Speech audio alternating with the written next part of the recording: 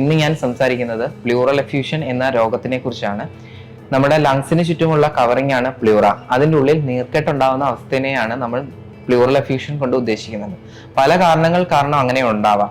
സാധാരണഗതിയിൽ ഇൻഫെക്ഷൻ പോലത്തെ അസുഖങ്ങൾ, അതുപോലത്തെ ക്യാൻസർ, അങ്ങനത്തെ അസുഖങ്ങളിലാണ് സാധാരണഗതിയിൽ അത് ഉണ്ടാകുന്നത്. പക്ഷേ അത് കറക്റ്റായിട്ട് ഐഡന്റിഫൈ ചെയ്ത് അതിൻ്റെ രോഗം നിർണയിച്ച് അതിനനുസരിച്ച് ചികിത്സ കൊടുക്കുക എന്ന് പറയുന്നത് അതിൽ വളരെ ഇമ്പോർട്ടൻ്റ് ആണ്. അതിനുവേണ്ടി നമ്മളെ സഹായിക്കുന്നതാണ് തൊറാക്കോസ്കോപ്പി എന്ന് പറയുന്ന ഡയഗ്നോസ്റ്റിക് മെത്തേഡ്. അതുവഴി നമുക്ക് പ്ലൂറ കറക്റ്റായിട്ട് കണ്ടുപിടിച്ച് ആ ഭാഗത്ത് നമുക്ക് ബയോപ്സി എടുത്ത് നമ്മൾ അതിനകത്ത് രോഗനിർണയം നടത്തി അതിനനുസരിച്ചുള്ള ചികിത്സ കൊടുക്കുന്നു. പല കേസുകളിലും ക്യാൻസർ പോലത്തെ കണ്ടീഷനുകളിൽ തുടർച്ചയായിട്ട് എത്ര ചികിത്സ നൽകിയാലും പ്ലൂറൽ എഫ്യൂഷൻ നീർക്കെട്ട് ഉണ്ടായിക്കൊണ്ടേയിരിക്കുന്ന അവസ്ഥകൾ ഉണ്ടാവാം.